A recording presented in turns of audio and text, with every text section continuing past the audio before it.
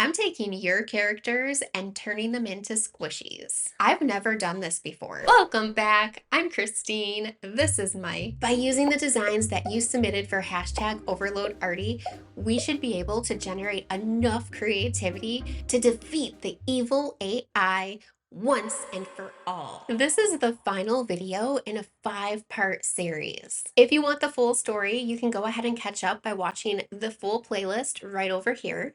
Or jump in right now and see how it all plays out. The first thing that we need for this transformation is my giant stash of squishies. It's growing. I have a lot of potential here, which is one of the most important ingredients when it comes to getting creative. Oh, some of these are so cute. Enough messing around. The monster universe needs us. This squishy is perfect for the first monster transformation. What better way to get started than cutting off its head? Oh my gosh, the inside is as soft as a cloud. So which monster am I making? Let me introduce Gaseous Maximus. I know where this is going. Gaseous Maximus has the ability to release thick, colorful gas clouds that stun enemies. Yes, these gas clouds come from his butt. He's the first monster to dash into battle, clearing a path for everyone else with his farts. And he's looking good. Wouldn't you know it, Gaseous Maximus is a butt monster. Which means I get to carve out a butt crack. I've never sculpted a butt crack before, so thank you for the opportunity to perform such a delicate procedure. Time to add some puffy paint in an attempt to smooth everything out. Oof, this is so awkward. I'll see you in 24 hours after all of this dries. So here we are again as I try to sculpt a butt. Gaseous Maximus doesn't just have a butt, but he is a butt, and there will be no buts about it. His body needs to be the shape of a perfect round booty. I know in the actual drawing he's a bit rounder, and his legs and arms are skinnier. I'm just trying to get as close as possible with my limited ability and skill to transform squishies. I'm using fabric paint from Montmartre because the last time I painted squishies, I used acrylic paint, and acrylic paint cracks when it dries. I'm not making that mistake this time. I started with a layer of white paint, and then I moved on to the most exciting part, adding color.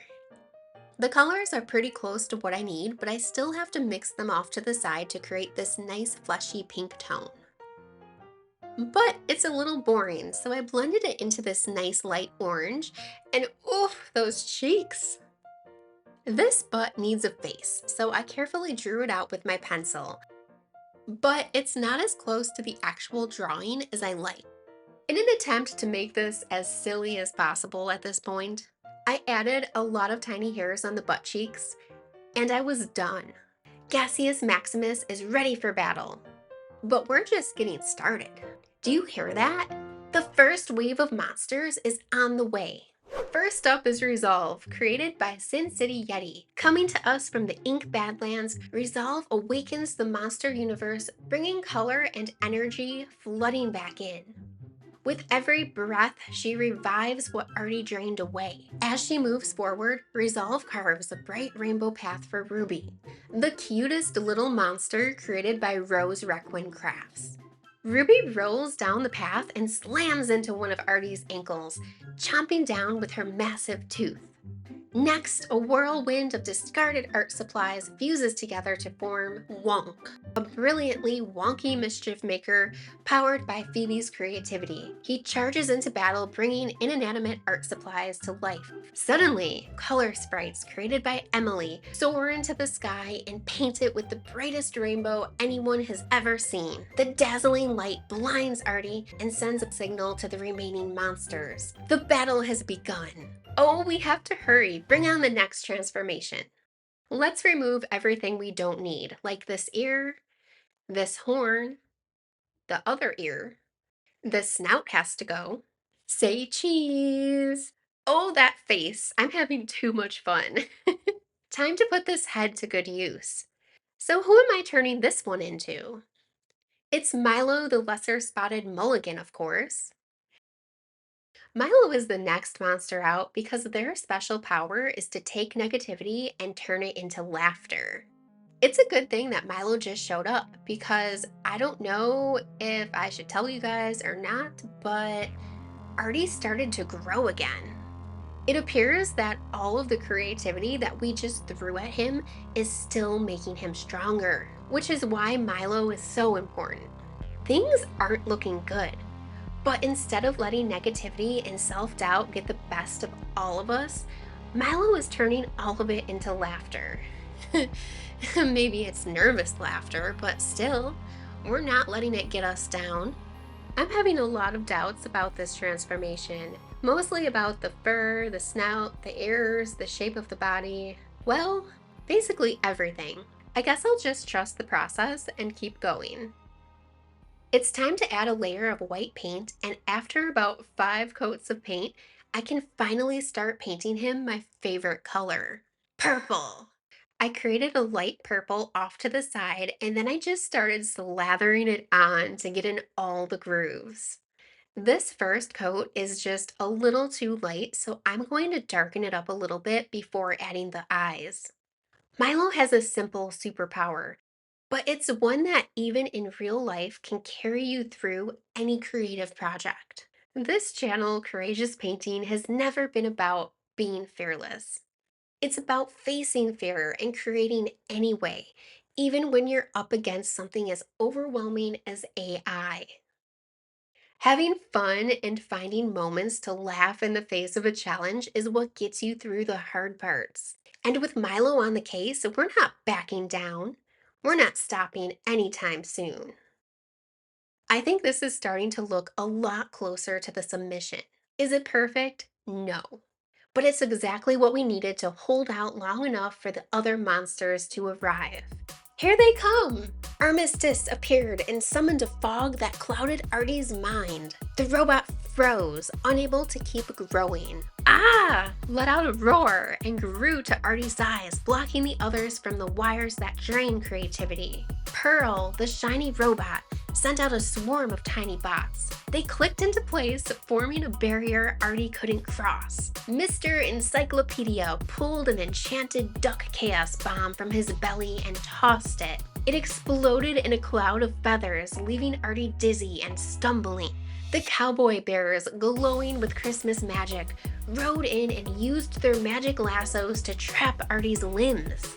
Admiral Duck stood on the edge of the battle, shouting encouragement and keeping everyone's spirits high. Elegant Dye Giraffe patched up wounds and gave tired monsters gentle boosts to keep them fighting strong. Eric, the Mischief Maker, grabbed his pickaxe of destruction and smashed it into the ground, jolting Artie with a shockwave of creativity. Picasso darted forward, painting Artie's chest. The paint overloaded his circuits and sent sparks flying. Twinesophy and Ickis grew tall and locked their glowing red eyes on Artie. Artie froze, intimidated by their stare. Pink Gal flew in like a rocket and landed a punch on Artie's head. It spun around, then turned a glowing shade of pink. Then the Erlen lens monsters lined up, each shining in a different color. Together, they created a dazzling holographic light that left Artie stunned. Moss Fury arrived and released a calm green pulse. It gave everyone the courage to try something new and keep going in the fight. The swamp emerged, not for food, but for the wild scent of pure raw creativity. Zippy raced in, bringing Doodles to life with a single touch. Sunshine followed, glowing bright as she devoured the fear in the air and blasted Artie with a burst of pure joy. Suddenly, Artie began to shrink. I have to hurry. I need to finish this last squishy if I want the monsters to win. So let's start shaping it. This last character has ears, but they aren't pointy, so I'm cutting them off and rounding them a little bit. Moving right along, these cheeks must go. They need a little shaping to resemble the last and final character to make an appearance. This is Parissa, and she has the ability to release tiny glowing bubbles when she giggles. Her bubbles can lift small objects and calm angry people with a soothing scent when they pop. The more she laughs, the stronger her bubbles become. She can also ease pain, and her magic is more powerful the happier she feels. But something strange happened. Just as she was about to release her bubbles, she began to feel sad. She noticed that as Artie shrank in size, he sparked and twitched with his head down. It was as if Artie was sad or disappointed. So instead of using her ability to fight back, she used it to calm everyone down and draw them back away from Artie. After sealing all of her limbs and openings with puffy paint, it was time for a smooth coat of white.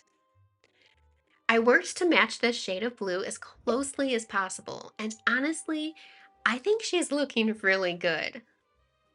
This might be my favorite transformation in the whole video. But enough about what I'm doing, let's get back to the story. As Artie shrank back to his original size, it became clear that we had overloaded him. We didn't destroy him, but we showed him the one thing he truly lacks: imagination.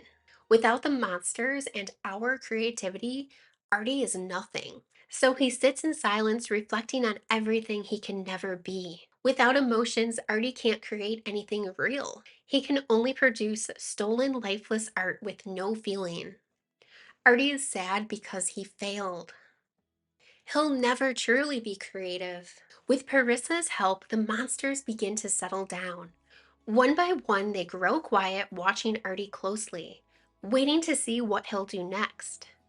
Just as his lights start to flicker and fade, Benny, the bravest mischief maker of all, steps forward. He gently places a piece of paper and a pencil in Artie's hand. The pencil reads, "Mistakes make masterpieces." "Draw whatever you want," Benny says. Everyone watches in silence as Artie hesitates, then begins to draw. What he creates shocks everyone.